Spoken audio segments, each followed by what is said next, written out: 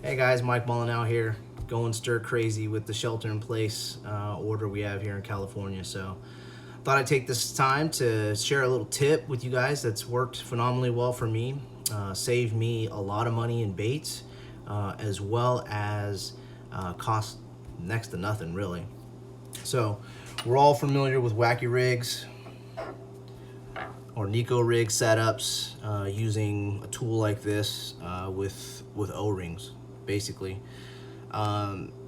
These didn't do really well for me. I lost a lot of baits, like specifically as I'm bringing a fish right up, right by the boat. They just pop off, and I could see my bait just floating in the water or going down. So I went away from that and went to, they call these little, this is what they ultimately end up with. I don't know if you guys can see that well. This is silicone tubing, and you get them by 10 feet. So I've got 3 different sizes here for different size plastic. So wanted to show you how I use it, and I'll put the links down to where I got them from. I just got them on Amazon, and I use this little nifty thing right here. You guys can see this. There's some actual tackle shops, or not shops, but companies selling these in the fishing department. This is actually I think it's called a nasal speculum, and this is the child size. So I think I got this for $7. Stainless steel, and here's what it looks like. You can see, just goes around there, hooks like normal. Again, I could fish until this thing, until you could see the Senko. This is a Daiwa Nico Fat. If this thing, the fish just starts chomping the tail off, then you're gonna have to change it. But I don't lose bait because of this, like I did with the traditional style O-ring. One other cool thing, and I'll show you how I rig it, is for Texas rig. So I started doing this about 2 years ago on the Delta, and I was flipping Senkos. At that time, they were just chomping the black and blue Senkos.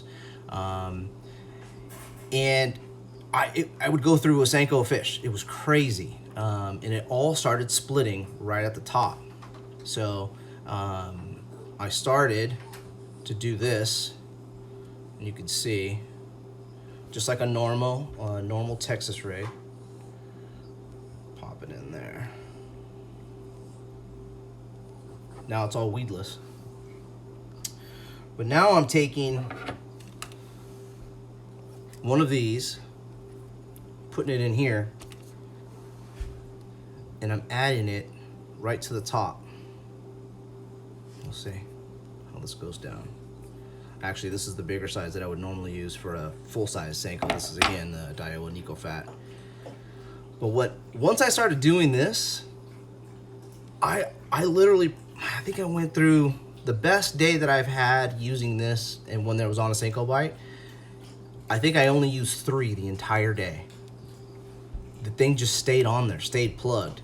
It would get hooked, it would come down here, and that was it. So I'm telling you guys, this thing, like I said, I'm pretty sure they were about between 10 to 13 bucks for a 10-foot size. So you got one of these at $7. You're less than $20, and you could probably use this size. I'll figure out what the size is and put it in the description here, for almost everything except for the thin, like a swamp crawler, or again, this is another Daiwa, can't remember the name of it, skinny, but it's a very skinny style worm. That's when you need the small ones. So I cut them. I'll do a quick example here. Just take your scissors,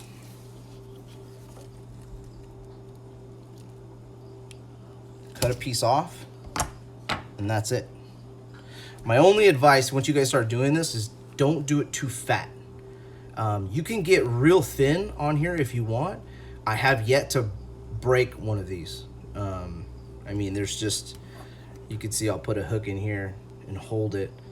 I mean, this thing is not, it's not gonna rip. But I typically like about this size. I don't know, 1/4 inch or so, whatever this is. And it stays on. Nico's, even we'll show you how to do one on here. So again, this is a regular size worm. I'm gonna use this size. You can see it won't go all the way through, but it almost does. So you know, in the fat part it'll fit. Pop it in here, open it up, wiggle it out, and there you go. Hope it helps.